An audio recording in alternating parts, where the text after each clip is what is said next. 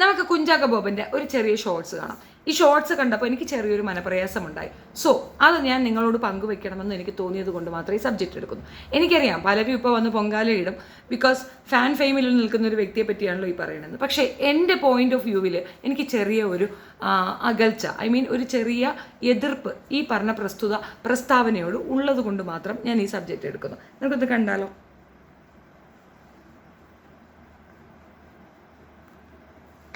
എനിക്ക് ചെയ്യാൻ പറ്റാത്ത പല കാര്യങ്ങളും അവൻ ചെയ്യുന്നുണ്ടെന്നുള്ളതാണ്.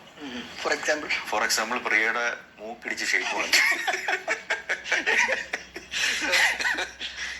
ഈ അടുത്ത് ഞാൻ കോട്ടയ്ക്കിൽ ഷൂട്ടിംഗ് ആയിരുന്നപ്പോൾ ഒരു ദിവസം രാത്രി പ്രിയ ഫോണിൽ വിളിച്ചിട്ട് ഒറ്റ ഒരുത്തനായി പോയി, ചവിട്ടിക്കൂട്ടി പൂച്ചക്കിട്ടു. എന്ത് പറ്റി? ഞാൻ ഫോട്ടോ ഇപ്പോൾ അയച്ചു തരാം. ഞാൻ ശരി അയച്ചത് നോക്കുമ്പോൾ പ്രിയയുടെ ചുണ്ട് ഇങ്ങനെ അടച്ചിട്ട് ചുണ്ട് ഇടിച്ചിട്ട് ഇവിടെ അകത്ത് പൊട്ടി പരിപാടി ഇഞ്ച പരിപാടി ഇങ്ങനെ ബൾബ് പോലെ ഇരിക്കും. ഞാൻ ഭയങ്കരമായിട്ട് ആക്ട് ചെയ്തു. സോറി പോലി സാരിയില്ല, കാരണം ഉള്ളിൽ ഭയങ്കര സന്തോഷമാണ്.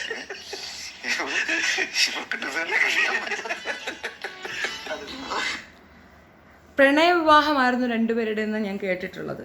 അതെന്താ പെട്ടെന്ന് പ്രിയയോട് താങ്കൾക്ക് ഇത്ര ദേഷ്യം? അതെന്തിനാ പ്രിയയുടെ ചുണ്ടടിച്ച് പൊട്ടിക്കണമെന്നൊക്കെ താങ്കൾക്ക് തോന്നുന്നത്? പൊതുവിൽ ആണുങ്ങൾക്കൊരു സ്വഭാവമുണ്ട്. ഒരു ക്രൗഡ് കിട്ടിക്കഴിഞ്ഞാൽ അവിടെ ആദ്യം ഇകഴ്ത്തി കെട്ടുക തൻ്റെ പ്രാണ പ്രേയസി എന്ന് താൻ ഏറ്റവും അധികം മുദ്രാവാക്യമൊക്കെ വിളിക്കുന്ന സ്വന്തം പ്രണയിനിയെ തന്നെയാണ്. പ്രണയിനി എന്ന് പറയുന്നതിനേക്കാൾ കൂടുതൽ പ്രാണൻ എന്നായിരിക്കുമൊക്കെ ആദ്യമൊക്കെ പറയുണ്ടാവുക. ഈ വിവാഹം കഴിക്കുന്നതിന് മുമ്പ് ഒരു ടേമുണ്ട്. ഈ പെൺകുട്ടിയെ തന്നെ വിവാഹം കഴിക്കാൻ വേണ്ടി ബഹദുമല കയറാൻ പറഞ്ഞാൽ ഇവന്മാർ ചാടി വലിഞ്ഞ് അതിനകത്ത് കയറും. വേണ്ടാത്ത എല്ലാ കുഞ്ഞിഷ്ടം കുഞ്ഞായ്മകളിലും പോയി എല്ലാ വള്ളിക്കെട്ടും പോയി പിടിക്കും. എന്നാൽ പോലും ഈ പ്രസ്തുത വ്യക്തിയെ എങ്ങനെയും തൻ്റെ ജീവിത പങ്കാളിയാക്കണമെന്നായിരിക്കും. വിവാഹം കഴിഞ്ഞൊരു കുഞ്ഞൊക്കെ ആയി കഴിയുമ്പോൾ പിന്നെ ഇതുപോലത്തെ കമൻസ് വരുന്നു. അതെന്തടിസ്ഥാനത്തിലൊന്നും മനസ്സിലാകുന്നില്ല. എനിക്ക് തീരെ ഇഷ്ടപ്പെട്ടില്ല ഈ വീഡിയോ. പ്രത്യേകിച്ച് മകനെ പറ്റി പറയുമ്പോൾ പൂസ്റ്റപ്പ് ചെയ്യാൻ ഒരുപാട് കാര്യങ്ങളുണ്ടല്ലോ. കുഞ്ഞ് വളരെ സ്നേഹത്തോടു കൂടി അമ്മയോട് ഇടപഴകുന്നു. എന്നെക്കാൾ, അതായത് എൻ്റെ അമ്മയോടും എൻ്റെ ബാക്കിയുള്ള എൻ്റെ ബന്ധുക്കളോടും എന്നെക്കാൾ കൂടുതൽ ഇൻറ്റിമസി കാണിക്കുന്നുണ്ട്. എനിക്ക് അത്രത്തോളം ഇങ്ങനെ ചേർന്ന് ഇടപഴകാൻ കഴിയുന്നില്ല എന്നൊക്കെ പറയുമ്പോൾ കുറച്ചുകൂടിയൊക്കെ ഒരു സുഖമുണ്ട്. ആ പെൺകുട്ടിയെ ഈ രീതിയിൽ അവഹേളിച്ചുകൊണ്ട്, അവഹേളനം തന്നെയാണ്, 100% അവഹേളനമാണ്, എല്ലാം തർക്കിക്കാൻ നിൽക്കണ്ട. അത് ചെയ്തുകൊണ്ട് അങ്ങനെ പറയുന്നതിനോട് എനിക്കെന്തോ യോജിക്കാൻ പറ്റിയില്ല. So my objection is clear.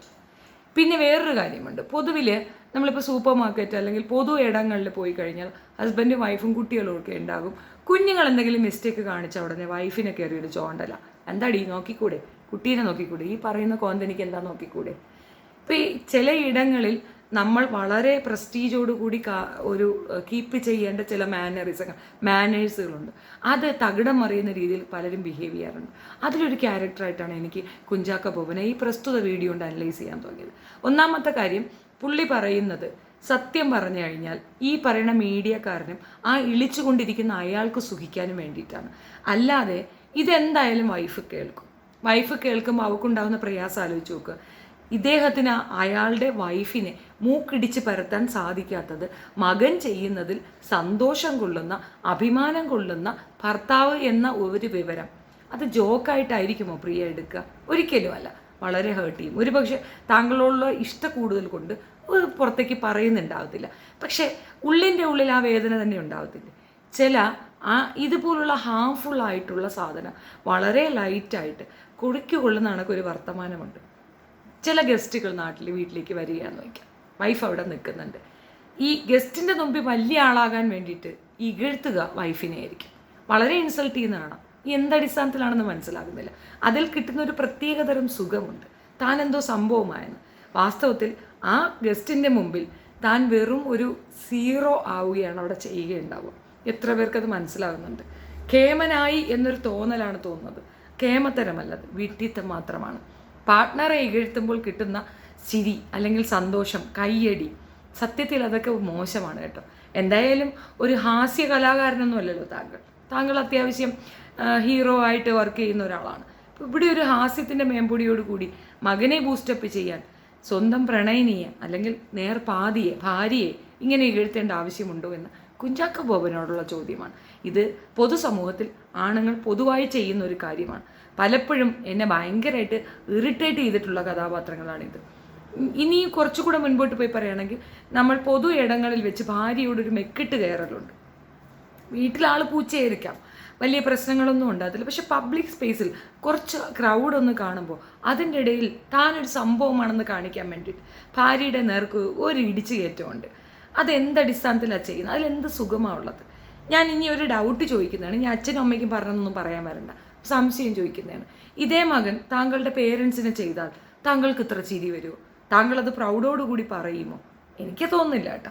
ഇനി അങ്ങനെ പറയുന്ന ഒരാളുണ്ടാവും, ധ്യാൻ ശ്രീനിവാസൻ ഇങ്ങനെയാണ്, എന്ത് വൃത്തിയോട് ഇരുന്ന് പറയും. അത് കേട്ട് ചിരിക്കാനായിട്ട് കുറേ ആൾക്കാരും സോഷ്യൽ മീഡിയ ആങ്കർ എന്ന് പറഞ്ഞുകൊണ്ടിരിക്കുന്ന കുറേ ഉണ്ടാവും. പക്ഷേ സത്യത്തിൽ ഇത് സ്വയം ഇകഴ്ത്തലായിട്ട് നിങ്ങൾക്ക് തോന്നുന്നില്ല? എനിക്കങ്ങനെയാണ് ഫീൽ ചെയ്യുന്നത്. ഒരുപാട് റെസ്പെക്റ്റോടുകൂടി, ഒരുപാട് ഇഷ്ടത്തോടു കൂടി കുഞ്ചാക്കോ ബോബൻ ചെയ്ത ഈ ഒരു വൃത്തികേടിനെ ഞാൻ ഖണ്ഡിക്കുന്നു. എനിക്കിതിനകത്ത് എൻ്റെ ഒബ്ജക്ഷൻ പറയണമെന്ന് തോന്നി, അത് ഞാൻ പറയുന്നു. തീർച്ചയായിട്ടും മോശമായിപ്പോയി, തീർച്ചയായിട്ടും മോശമായിപ്പോയി. നമ്മളുടെ പ്രൈവറ്റ് പ്രോപ്പർട്ടിയോ അല്ലെങ്കിൽ പ്രത്യേകിച്ച് നമുക്ക് എന്ത് രീതിയിൽ വേണമെങ്കിലും മോശപ്പെടുത്താൻ പറ്റുന്ന ഒരു സാധനമോ അല്ല നമ്മളുടെ പാർട്ട്ണർ എന്ന് പറയുന്നത്. അതൊരു സഹജീവിയാണ്, പാർട്ട്ണറാണ്, നമ്മളുടെ നേർപകുതിയാണ്, പങ്കാളിയാണ്. ഒരുപാട് പൊസിഷൻ അവൾക്ക് കൈകാര്യം ചെയ്യാൻ പറ്റും. അവൾ ആഗ്രഹിക്കുന്ന രീതിയിലുള്ള ഒരു റെസ്പെക്റ്റ് അവൾക്ക് കൊടുക്കുക. താങ്കൾക്ക് കുറച്ച് നേരത്തെ ഒരു സന്തോഷം, ഒരു ആനന്ദം, ആ കൂടെ ഇരിക്കുന്ന ആ വേട്ടാവളിയന് ചിരിക്കാനുള്ളൊരു വഴി, അത് കേട്ടുകൊണ്ട് ചില കുലസ്ത്രീകൾക്ക് ചിരിക്കാൻ പറ്റുകയും ചെയ്യുന്നുണ്ടായിരിക്കാം. പക്ഷേ ഒരു കോണിൽ, എവിടെയോ ഒരു കോണിൽ പ്രിയയ്ക്ക് ഇത് ഹേർട്ട് ചെയ്യും, തീർച്ചയായിട്ടും ചെയ്യും. തമാശയല്ല അത് കേട്ടോ, ഭയങ്കര ബോറായിപ്പോയി. എൻ്റെ പേഴ്സണൽ അഭിപ്രായമാണ്. Thank you so much.